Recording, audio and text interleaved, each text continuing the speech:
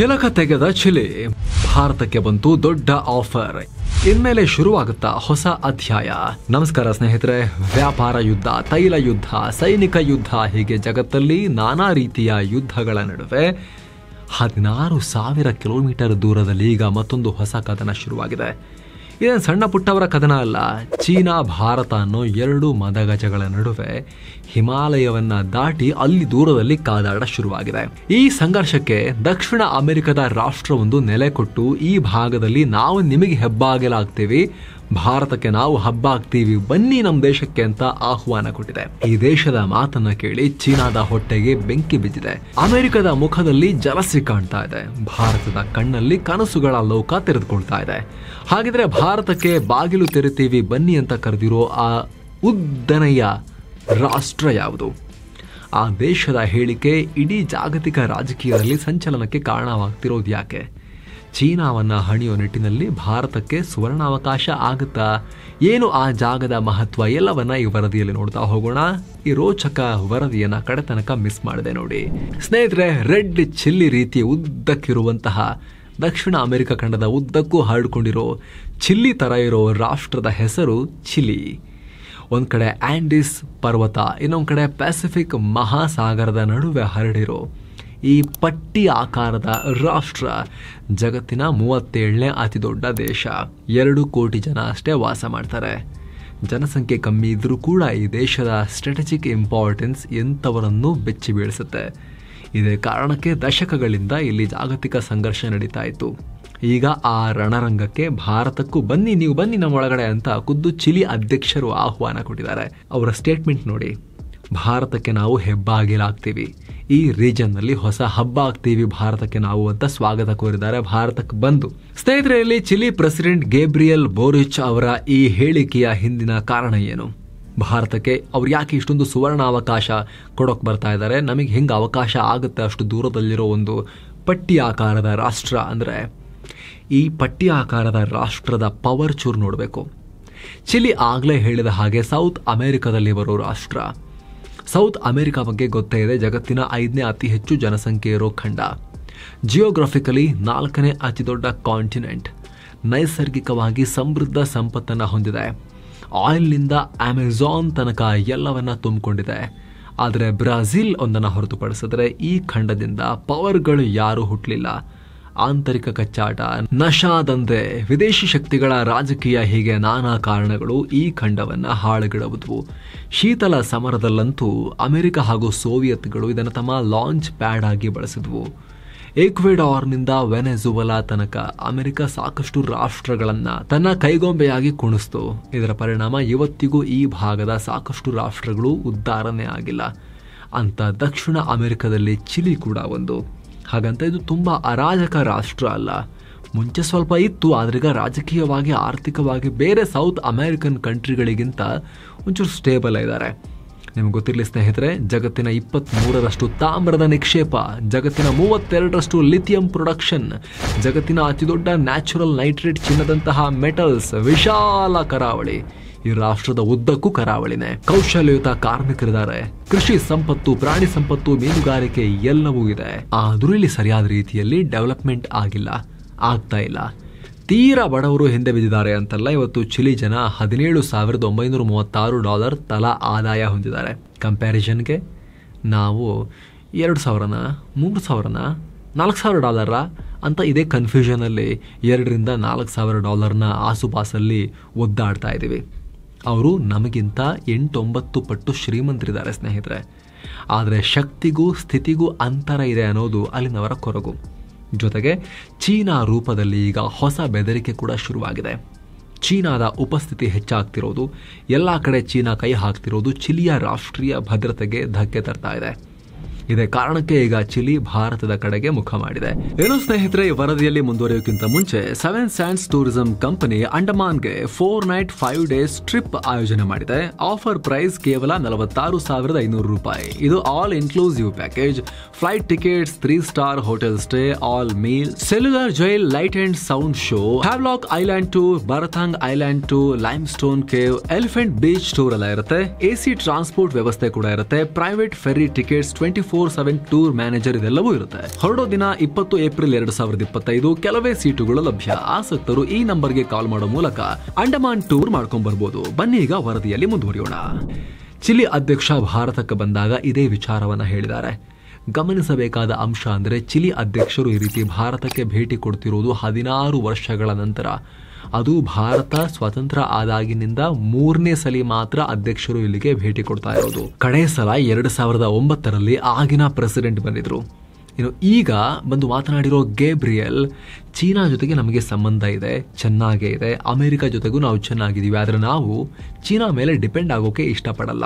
ಇದೇ ಕಾರಣಕ್ಕೆ ನಾನು ಭಾರತಕ್ಕೆ ಬಂದಿದ್ದೀನಿ, ನಾವು ಭಾರತವನ್ನ ಚಿಲಿಗೆ ವೆಲ್ಕಮ್ ಮಾಡ್ತಾ ಇದ್ದೀವಿ ಅಂತ ಓಪನ್ ಸ್ಟೇಟ್ಮೆಂಟ್ ಕೊಟ್ಟಿದ್ದಾರೆ.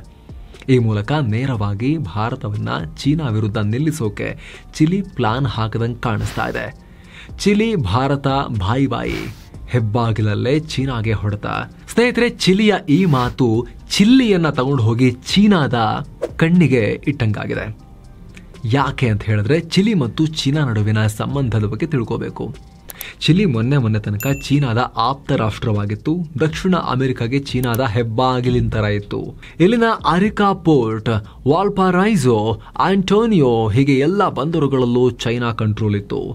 ದಕ್ಷಿಣ ಅಮೆರಿಕದ ಒಳಗೆ ಹೋಗಬೇಕು, ಬೊಲಿವಿಯಾ, ಅರ್ಜೆಂಟೀನಾದ ಒಳಗೆ ವ್ಯವಹಾರ ಮಾಡಬೇಕು ಅಂದ್ರೆ ಚಿಲಿ ಮೇನ್ ಅಡ್ಡಗೋಡೆಯಾಗಿತ್ತು. ಮ್ಯಾಪಲ್ಲಿ ನೋಡಿ ನೀವು ಹೆಂಗಿದೆ ಅಂತ. ಸ್ನೇಹಿತರೆ ಗಮನಿಸಿ, ಚೀನಾ ಜಗತ್ತಲ್ಲಿ ಹೊಸ ಶಕ್ತಿಯಾಗಿ ಕಾಣಿಸ್ಕೊಂಡಿರೋದು 21ನೇ ಶತಮಾನದಲ್ಲಿ. ಅದರ ಬೇರುಗಳು ಭದ್ರವಾಗಿದ್ದು ಕೂಡ ಇದೇ ಕಾಲಘಟ್ಟದಲ್ಲಿ. ಸೊ ಅದಕ್ಕೆ ಹೆಲ್ಪ್ ಚಿಲಿ ಮತ್ತು ದಕ್ಷಿಣ ಅಮೆರಿಕದ ರಾಷ್ಟ್ರಗಳು ತುಂಬ ಮಾಡಿದ್ವು. ಅದರಲ್ಲೂ ಚಿಲಿ ಇದೆಯಲ್ಲ, ಚೀನಾ ಜೊತೆಗೆ ಇಡೀ ದಕ್ಷಿಣ ಅಮೆರಿಕದಲ್ಲೇ ಮೊದಲು ಮುಕ್ತ ವ್ಯಾಪಾರ ಒಪ್ಪಂದ ಮಾಡಿಕೊಂಡಿದ್ದ ರಾಷ್ಟ್ರ. ಸಾಕಷ್ಟು ಮೈನಿಂಗ್ ಒಪ್ಪಂದಗಳಲ್ಲಿ ಚಿಲಿ ಚೀನಾ ಒಂದಾಗಿದ್ವು. ಹೇಳಿ ಕೇಳಿ ಚಿಲಿ ನೈಸರ್ಗಿಕವಾಗಿ ಸಂಪದ್ಭರಿತ ರಾಷ್ಟ್ರ. ಚೀನಾದ ದೈತ್ಯ ಮೈನಿಂಗ್ ಕಂಪನಿಗಳಿಗೆ ಇದರಿಂದ ಸುಗ್ಗಿ ಬಂದಂಗಾಗಿತ್ತು. ಪರಿಣಾಮ ಕಳೆದ 20 ವರ್ಷಗಳಲ್ಲಿ ಚಿಲಿಯನ್ನ ಆಗದ ಚೀನಿಯರು ತುಂಬಿಕೊಂಡು ಹೋಗಿದ್ದಾರೆ. ಚೀನಾ ಚಿಲಿಯನ್ನ ಎಷ್ಟು ಮುಕ್ತು ಅಂದ್ರೆ ಈಗ ಚೀನಾ ಮತ್ತು ಚಿಲಿ ನಡುವಿನ ವ್ಯಾಪಾರ $56.91 ಬಿಲಿಯನ್ ದಾಟುತ್ತೆ. ಅಂದ್ರೆ ಭಾರತ ಚೀನಾ ನಡುವೆ ಎಷ್ಟು ವ್ಯಾಪಾರ ಇದೆಯೋ ಅದರ ಅರ್ಧದಷ್ಟು ವ್ಯಾಪಾರವನ್ನ ಅಷ್ಟು ದೂರದ ಚಿಲಿಯೊಂದಿಗೂ ಚೀನಾ ಮಾಡುತ್ತೆ. ಅದರಲ್ಲಿ $37.4 ಬಿಲಿಯನ್ ಮೌಲ್ಯದಲ್ಲಿ ಖನಿಜಗಳನ್ನ ತುಂಬಿಕೊಂಡು ಹೋಗುತ್ತೆ. ನಿಮಗೆ ಗೊತ್ತಿರೋ ಹಾಗೆ ಈ ಲಿಥಿಯಂ, ಕಾಪರ್ ಎಲ್ಲವೂ ಈಗಿನ ಪ್ರಪಂಚಕ್ಕೆ ತುಂಬಾ ಮುಖ್ಯವಾಗಿರೋ ಆಸ್ತಿ. ಎನರ್ಜಿಯಿಂದ ಎಲೆಕ್ಟ್ರಾನಿಕ್ ಉಪಕರಣಗಳ ತನಕ ಈ ರೇರ್ ಅರ್ತ್ ಮೆಟೀರಿಯಲ್ ಬೇಕಾಗತ್ತೆ. ಚೀನಾ ಇದೇ ಪ್ಲಾನ್ ಹಾಕೊಂಡು ಚಿಲಿಯನ್ನ ವ್ಯವಸ್ಥಿತವಾಗಿ ಸೀಳೋ ಪ್ರಯತ್ನ ಮಾಡಿತ್ತು. ಚಿಲಿಯ ಗಣಿಗಾರಿಕೆಗಳಲ್ಲಿ ಹೆಚ್ಚಿನ ಹಸ್ತಕ್ಷೇಪ ಮಾಡ್ತಾ ಇತ್ತು. ಈಗಲೂ ಚಿಲಿಯ 3/2 ಎನರ್ಜಿ ಸೆಕ್ಟರ್ ಚೀನಾ ಕಂಪನಿಗಳ ಕಂಟ್ರೋಲ್ನಲ್ಲಿದೆ. 2008ರಲ್ಲಿ ಜಾಗತಿಕ ಆರ್ಥಿಕ ಹಿಂಜರಿತ ಆದ ನಂತರ ಸಾಲ ಮತ್ತು ಮೂಲಸೌಕರ್ಯ ಹೆಸರಲ್ಲಿ ಚೀನಾ ಚಿಲಿಯನ್ನ ಶೋಷಣೆ ಮಾಡ್ತಾ ಇದೆ. ಹೀಗಾಗಿ ಡ್ರ್ಯಾಗನ್ನ ದುರಾಕ್ರಮಣಕ್ಕೆ ಒಳಗಾಗಿರೋ ಚಿಲಿಗೆ ಈಗ ನಂಬಿಕೆಯ ಇನ್ನೊಬ್ಬ ಗೆಳೆಯ ಬೇಕು. ಅದು ಭಾರತ ಅಂತ ಅವರು ಅಂದಾಜು ಮಾಡ್ತಿದ್ದಾರೆ. ಅಂದಹಾಗೆ ಭಾರತ ಹಾಗೂ ಚಿಲಿ ನಡುವೆ ಸುಮಾರು $3.8 ಬಿಲಿಯನ್ ವ್ಯಾಪಾರ ಮಾತ್ರ ನಡೆಯುತ್ತೆ. 2020ರಲ್ಲಿ ಬರೀ $1.5 ಬಿಲಿಯನ್ ಇತ್ತು. ಈಗ ಚೂರು ಇಂಪ್ರೂವ್ ಆಗಿ ನಾವು ಮೇಲಕ್ಕೆ ಬಂದಿದ್ದೇವೆ. ಚಿಲಿಗೆ ನಾವು $1.2 ಬಿಲಿಯನ್ ಮೌಲ್ಯದ ವಸ್ತುಗಳನ್ನು ಕಳಿಸಿದರೆ ಅವರು ನಮಗೆ $2.6 ಬಿಲಿಯನ್ ಮೌಲ್ಯದ ವಸ್ತುಗಳನ್ನು ಕಳಿಸ್ತಾ ಇದ್ದಾರೆ. ನಾವು ತರಿಸ್ಕೊಳ್ತಿರೋದ್ರಲ್ಲಿ ಅರ್ಧದಷ್ಟು ಕಾಪರ್ ಮತ್ತು ಮಾಲಬ್ಡಿನಮ್ ಇದೆ. ಅದನ್ನೇ ಈಗ ಇನ್ನೂ ಹೆಚ್ಚಿಗೆ ಖರೀದಿ ಮಾಡಿ ನಮ್ಮಲ್ಲಿ ಹೂಡಿಕೆ ಮಾಡಿ ಅಂತ ಚಿಲಿ ಕೇಳ್ತಾ ಇದೆ. ಸ್ನೇಹಿತರೆ, ಇದರಿಂದ ಚಿಲಿ ಅಷ್ಟೇ ಅಲ್ಲ, ಚೀನಾದ ದಕ್ಷಿಣ ಅಮೆರಿಕ ನೀತಿಗೂ ಕೂಡ ಸವಾಲು ಎದುರಾಗುತ್ತೆ. ಚೀನಾದ ದಕ್ಷಿಣ ಅಮೆರಿಕ ಕನಸಿಗೆ ಚಾಲೆಂಜ್. ಚೀನಾ ದಕ್ಷಿಣ ಅಮೆರಿಕವನ್ನ ಯಾವ ರೀತಿ ಆವರಿಸಿಕೊಳ್ತಾ ಇತ್ತು ಅಂದ್ರೆ, ಸೋವಿಯತ್ ಪತನ ನಂತರ ಚೀನಾ ಈ ಜಾಗವನ್ನ ತಾನು ತುಂಬೋ ರೀತಿ ಯೋಚನೆ ಮಾಡ್ತಾ ಇತ್ತು. ಸಾಲ ಹಾಗೂ ಟೆಕ್ನಾಲಜಿ ಹೆಸರಲ್ಲಿ ಇಡೀ ಖಂಡವನ್ನ ಬುಟ್ಟಿಗೆ ಕೆಡವಿ 2000ನೇ ಇಸವಿಯಿಂದ ಇಲ್ಲಿ ತನಕ ಆಳವಾಗಿ ಬೇರು ಬಿಡ್ತಾನೆ ಇತ್ತು. ನಿಮಗೆ ಆಶ್ಚರ್ಯ ಆಗ್ಬಹುದು, 2000ನೇ ಇಸವಿಯಿಂದ 2020ರ ನಡುವೆ ಚೀನಾ ಹಾಗೂ ದಕ್ಷಿಣ ಅಮೆರಿಕದ ವ್ಯಾಪಾರ 37 ಪಟ್ಟು ಹೆಚ್ಚಾಗಿದೆ. 1999ರಲ್ಲಿ ಬರೀ $12 ಬಿಲಿಯನ್ ಇತ್ತು ವ್ಯಾಪಾರ. ಈಗ ಅದು $450 ಬಿಲಿಯನ್ ಹೋಗಿದೆ ಈ ದಕ್ಷಿಣ ಅಮೆರಿಕನ್ ರಾಷ್ಟ್ರಗಳೊಂದಿಗೆ. ಆಯಿಲ್ನಿಂದ ರೇರ್ ಅರ್ತ್ ಮಿನರಲ್ಸ್ ತನಕ ಎಲ್ಲವನ್ನ ತಗೊಂಡು ಹೋಗ್ತಿದ್ದಾರೆ.